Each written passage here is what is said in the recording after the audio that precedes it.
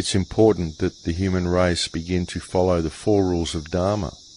Do the right thing, in the right way, at the right time, for the right reason. Start understanding that all the people around you are just the same as you. And the more people that you help, then the more people will help you. There truly is a rise in energy happening on this planet. A great many people are waking up to the true unity that is humanity. And that's exactly what they are doing, is waking up. It isn't that they're gaining knowledge. It's that they are remembering who they are. Human race has already been through a great forgetting, and this time in history is very much a great remembering.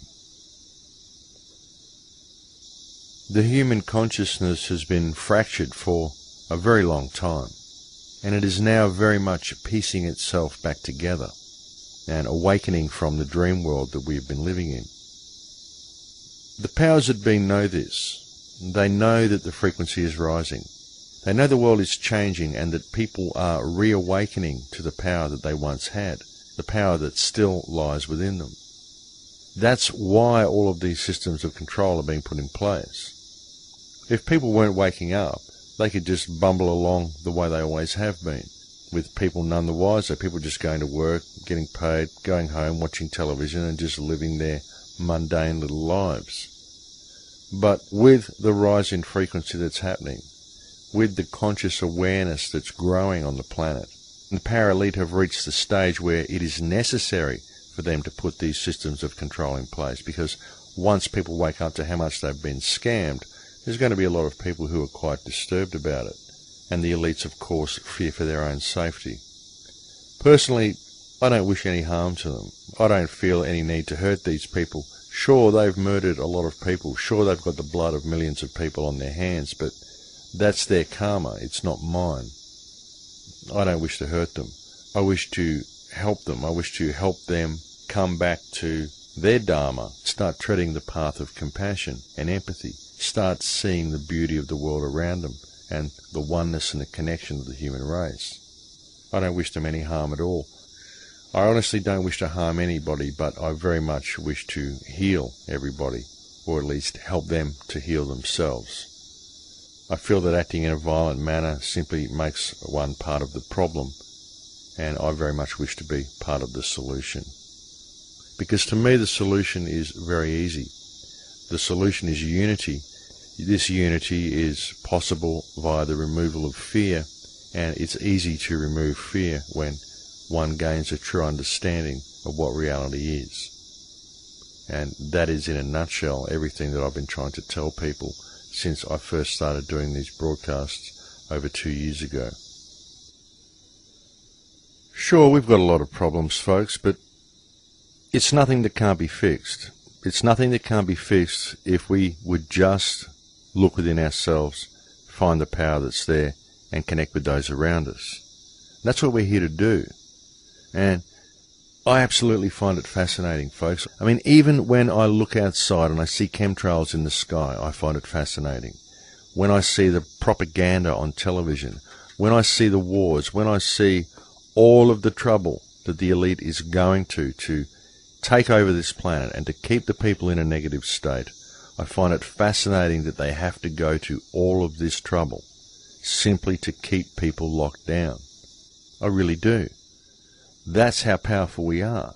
If we were to simply unify and stand up together, the entire world would change in 3 seconds. I've said it so many times, and that's all it would take. It's so simple.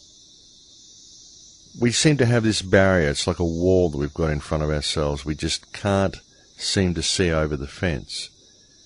It truly is a matrix that we live in, folks. It truly is this illusional, fictitious reality where we all act like little drones. We all march along in little formations and we all do what we're told. We all go and collect paper all day and we work hard in order to have some little home and 2.3 kids and a plasma screen TV and all of this useless stuff which simply detracts us from being who and what we are and prevents us from ever connecting with our neighbours. We find all these things to occupy ourselves so that we won't ever have to connect with anybody or take responsibility for ourselves. And then most of society wonders why they feel incomplete. So they go and do self-help courses and learn how to meditate in certain ways and try to find all sorts of ways to convince themselves that the oneness does actually exist, instead of simply looking within themselves and seeing that it's there. That's all you have to do, folks. Just know that it's there. I've had a lot of people ask me about meditation techniques. I tell them about the place that I go when I meditate. I've spoken about the meditations that I have on the show sometimes. And people have asked me what my technique is. And I say, well, I just go there. Most people have different techniques and different methods and all these things that they try because they are using these methods to convince themselves that they can get there. But you don't have to convince yourself, you just have to know that it's there and go there. I mean, that's what I find anyway, folks. It's simply knowing what reality is. Once you know it, you can't unknow it. It's simply what reality is. Reality is quite literally a symphony made up of light and sound. That's all it is. It's a fractal reality, and all that actually exists within reality is consciousness. Consciousness existing within a fractal, and all physical matter within that fractal is simply based on perception. Sure, there's a lot of things going on that are bad in the world, but the way to fix it is so simple it beggars belief that we haven't done it already.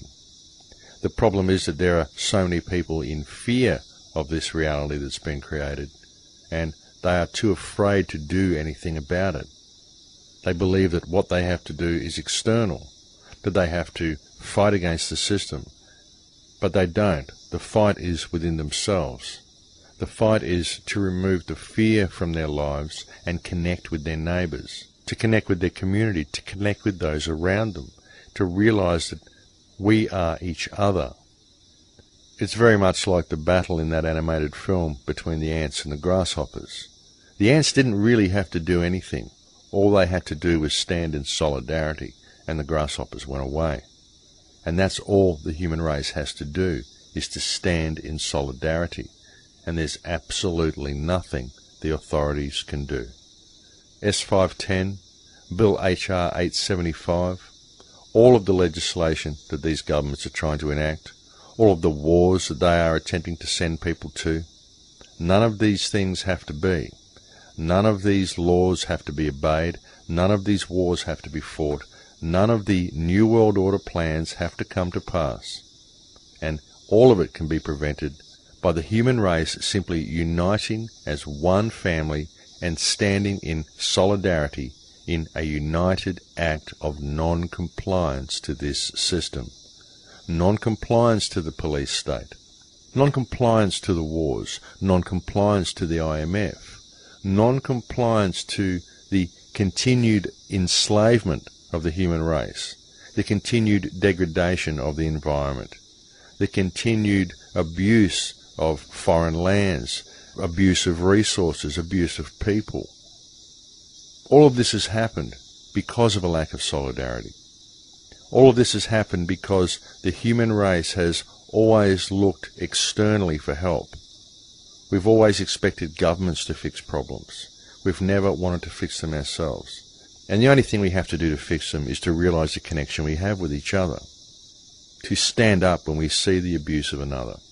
To stand up with solidarity for each other as a united community. That's all we've ever had to do. You see, the fact is that the answer is so simple that we've just never been able to see it, but it's always been there, right in our face. But sometimes, I guess, we just can't see the forest for the trees. But it's right there, folks. It's right there. We just have to embrace the opportunity that all of this stuff provides for us. You know, when you look at it from an energetic perspective and you really look at what's happening to the world and you look at it holistically, it is truly a wonderful opportunity. It is truly a wonderful time to be alive, to be here for this awakening, to be here for this shift in consciousness that's occurring. And when I say we need to be in a state of love and compassion, and we can do things non-violently. I absolutely mean that. But by the same token, I'm not saying sit there like a pacifist and let stormtroopers come to your door. If you have to defend yourself, by all means do so. But don't do so with hatred in your heart. Defend yourself and your family if you need to do so because of the love you have for yourself and for your family. I mean, if I was put in a position where I had to do such a thing, I would certainly defend myself, but I would be feeling a great deal of sorrow for anybody I was hurting during that confrontation, because it truly is not my wish to hurt anybody. I really believe that violence is never going to solve anything. You can't overthrow one form of tyranny with violent action, because history has shown us that when you do so, all you end up doing is installing a new form of tyranny. It may remain just for a little while, but it won't last for long, and eventually it will lapse back into the situation that we now find ourselves in today. For those who would deny some of the things that I've said on the show today, for those who would deny that America is on the brink of becoming a full-blown fascist state, I would suggest that they simply look at history. Look at the parallels between modern-day America and Nazi Germany. I mean, even some of the speeches made by George W. Bush during the post-9/11 and Afghan and Iraqi invasion period were incredibly reminiscent of some of the speeches made by Adolf Hitler. And the whole FEMA camps, the whole TSA, FDA, all of this stuff that's going on, the parallels are striking, folks. And so there really is no denying that this is happening. So an opportunity to reinstate freedom really is there. And it really is the responsibility of the American people to do this. It is their duty to defend the Constitution and to reinstate the Constitution, because it's pretty well gone at the moment, and we really must hope that they don't shirk at their responsibility and that they do stand up to reinstate their country into what it was founded as and what it should be. And that is the constitutional republic of the United States of America. America almost reached its pinnacle, and it had the potential to become the greatest nation the world has ever known. But now it has been very obviously taken over by corporate interests, and it is poised to be used as a tool to impose a very tyrannical system across the entire globe. And as I've said, the only people who really can fix the problem at this stage are the citizens of America. So let's just hope that they take up the opportunity, folks. Now, that is not to say, of course, that the problem only exists within America. The problem with America is, of course, that the United States of America is and has always been the military arm of this global elite. But it's also up to the people of other countries to stand in solidarity as well. I mean, we've seen what's going on in Ireland at the moment. We've seen what's going on in England. England is being turned into a surveillance nightmare. We're seeing similar things here in Australia. We're seeing problems in Canada. We're seeing problems in all countries that are run by the Crown Corporation. America is, of course, run by the Crown Corporation. We're seeing similar problems across Europe. I mean, this is what the introduction of the European Union was all about. It was so that all the countries could be marginalised together. Everybody wants out of the European Union, which would, of course, be the best thing that could happen. The European Union should be dissolved. It should never have been created in the first place. It was, of course, created to fulfill certain banking elites and certain banking cartels' wet dream of global government enslaved to one global banking system.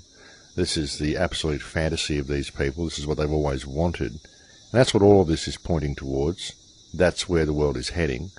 The global banking system is what will be used to enslave all the countries that join up to the system. I mean, as has always been done, folks. I mean, I know I'm kind of stating the obvious with that, but I thought I'd throw it in anyway.